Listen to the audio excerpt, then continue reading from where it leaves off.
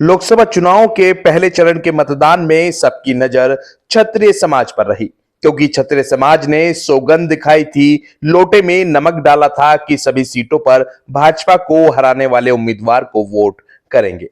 सीधे तौर पर कहा गया था कि इंडिया गठबंधन के मुजफ्फरनगर में सपा उम्मीदवार हरेंद्र मलिक, कैराना में सपा उम्मीदवार इकरा हसन, सहारनपुर में कांग्रेस उम्मीदवार इमरान मसूद को वोट करेंगे।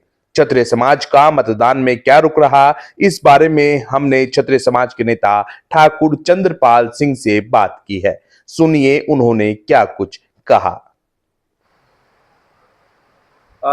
आज के चुनाव का क्या समीकरण रहा है, क्या लग रहा है कि क्या परिणाम आएगा? आज पश्चिमी उत्तर प्रदेश की 8 सीटों पे चुनाव है और मेरा मानना है कि हम जो है गठबंधन सहारनपुर, कैराना, मुजफ्फरनगर और बिजनौर जीत रहे हैं। राजपूत समाज के आप नेता है, राजपूत समाज को अंतिम समय तक मनाने की कोशिशें तो हुई होंगी, लेकिन आखिर क्यों समाज भाजपा की तरफ रुख नहीं किया इस बार? 15 दिनों से राजपूत समाज ने कसम खाई थी कि इस बार हम जो भारतीय जनता पार्टी के खिलाफ वोट करेंगे, लेकिन तभी से जो है माननीय मुख्यमंत्री योगी आदित्यनाथ जी, राजनाथ जी और भाजपा के बड़े नेता जो है राजपूतों को मनाने पर लगे रहे, लेकिन राजपूत एक भी वोटर टस से मस नहीं हुआ। जो इन्होंने कसम खाई थी उसको उन्होंने आज पूरा किया है। कुछ पंचायतें भाजपा के पक्ष में भी हुई, संजीव बालियान के पक्ष में भी हुई, तो उन पर आपकी क्या टिप्पणी है? वो पंचायतें समाज की पंचायत नहीं हुई, वे पंचायतें संजीव बालियान ने अपने जो है चंद लोगों को इकट्ठा करवा के समाज पर दबाव डालने के लिए कराई गई, समाज की पंचायत नहीं हुई वे। तो आज वोटिंग हुई है, तो आप क्षेत्र में सक्रिय भी रहे, तो क्या अनुमान है कि कितना परसेंट वोट हरेंद्र मलिक को यहाँ पर मिला होगा या कितना परसेंट वोट संजीव बालियान को मिला है? मुजफ्फरनगर में मैं समझता हूँ कि इस बार का जो चुनाव हुआ वो अलग तरह का चुनाव हुआ है। ठाकुरों का जो वोट परसेंट जो रहा वो लगभग 60% रहा और 60% में 40% भारतीय जनता पार्टी पे गया और 60% हरेंद्र मलिक पे गया है। अच्छा, मतलब आपके अनुसार 40% वोट फिर भी भाजपा को मिल गया है यहाँ पर? वो इसलिए मिला है कि यार आज वो तो भाजपा का कोर वोटर था। अब आप जो है 60% अगर मिल रहा है तो बहुत बड़ी उपलब्धि है। सारा वोटर तो बीजेपी का ही था ठाकुर तो।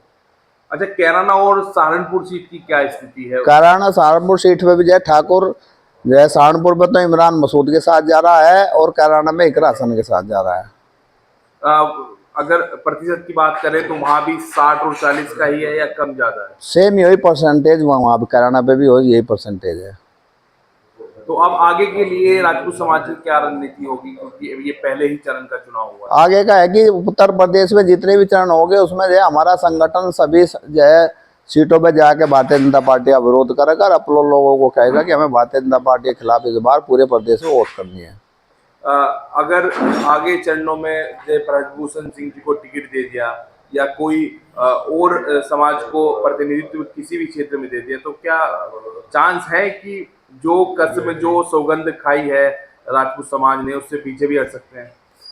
असलियत में भारतीय जनता पार्टी के शीर्ष नेता जो ठाकुरों को जो टिकट दे रहे हैं उन सीटों पे दे रहे हैं जिन पे ठाकुर हार रहा है। जैसे मैनपुरी पे जयवीर सिंह को दे दिया, बलिया पे जो है चंद्रशेखर के लड़के को दे दिया और इसमें मुरादाबाद में दूसरे ठाकुर के दिए। कौन सी सीट है जो भारतीय जनता पार्टी इसमें जीत जाएगी? ये कभी भी नहीं जीती इन सीटों पर। तो ये तो भगाने का काम कर रहे हैं, बट टिकट भी दे दो और ये जीत करना है। संगीत सोम जी का भी आज वोटिंग के दौरान बयान आया, उन्होंने फिर से दोहराया कि भाजपा इस बार 400 पार जाएगी। वो तो भारतीय जनता पार्टी के जो है पदाधिकारी है, पूर्व विधायक है, उनको तो ये कहना ही पड़ेगा कि मैं 400 पार जाएंगे, लेकिन एक्चुअल स्थिति है उत्तर प्रदेश में भारतीय जनता पार्टी 40 सीटों से आगे नहीं बढ़ रही है।